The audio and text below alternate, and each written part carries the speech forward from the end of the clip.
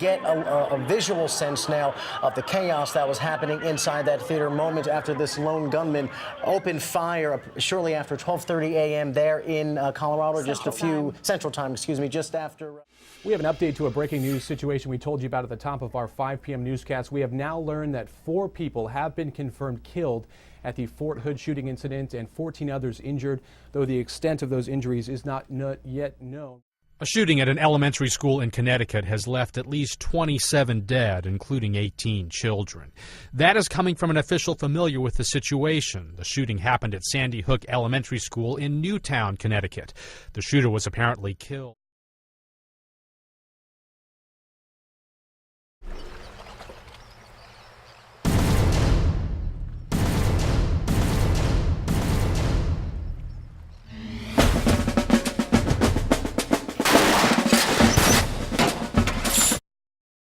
Every year, there are over 30,000 gun deaths in the United States, a country with 5% of the world's population and 50% of its guns. The almost unfathomable national tragedy that happened on December 14th was the latest and most horrific example in a string of mass shootings that have occurred in the United States over the past 30 years.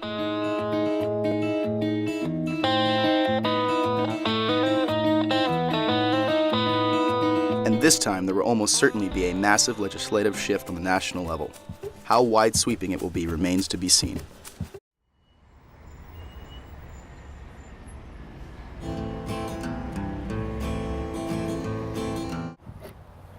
Let me go through a little bit what we got here. Federal, which is a 9mm Luger.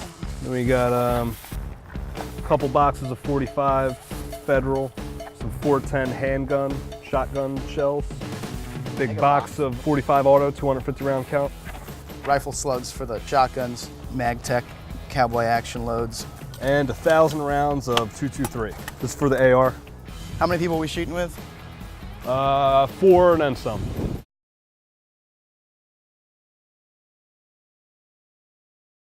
Yeah, this guy's real close to where we're at, so. Oh yeah, how you doing? Good. It's come with anything? So earlier today you found this Sig Sauer P238 Blackwood with night sights on Florida Gun Trader, and the guy got in touch with you, and we're about to go meet him in a parking lot. Yeah. And I don't know how shady of a deal, on a scale of 1 to 10 would you rate this? 9.5. 9.5? Yeah, I mean, buying a gun 10 o'clock at night, a little suspect. Yeah, you can't like go to restaurants after 10. Buying a gun, kind of interesting. What did the guy say to you on the phone? He wants $550 at the minimum, and as long as I'm a Florida resident. And that just means you got to show him an ID. Yeah. And he wants cash. Yeah. Okay.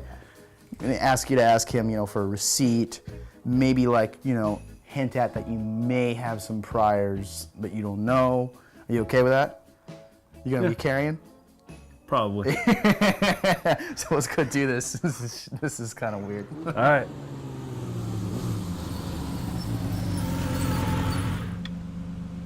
Within 30 minutes, we were posted up in a Lowe's parking lot, waiting for our sketchy deal to go down. Phone was blowing up last night. I actually had to put it on vibrate while I was sleeping. Yeah. So, cool. Get it, somebody else will. Yeah. Yeah, I'll take it. Okay. Drove all the way up here.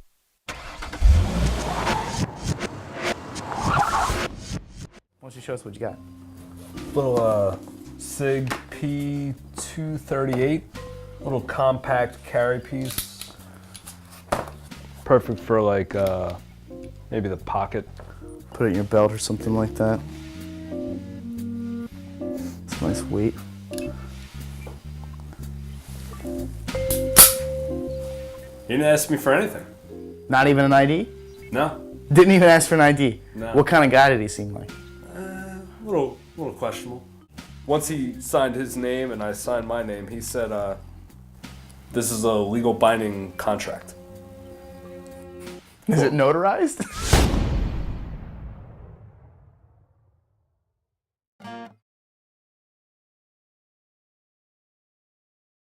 Another aspect of firearms laws currently under scrutiny in Washington is the ability to purchase certain types of weapons at gun shows, pop-up shops, or through private sales between citizens. When as many as 40% of all gun purchases are conducted without a background check.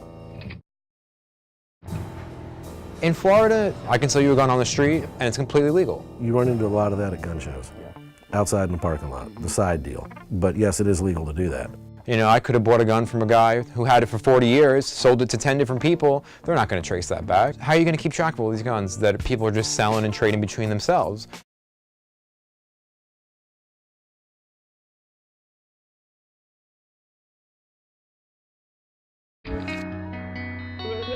On the Saturday following the shooting of 28 people at an elementary school in Newtown, Connecticut, Virginia State Police processed 4,166 background checks for concealed and assault-type weapons, a 42% increase from the same Saturday in 2011. On the same day, Colorado, a state still reeling from a string of recent shootings, also processed 4,200 background checks, the highest number since the program began in 1999. The fallout resulting from the shooting at Sandy Hook Elementary has led to a 19% rise in background checks nationwide. According to the FBI, approximately 2.78 million background checks were recorded in the month of December 2012 alone.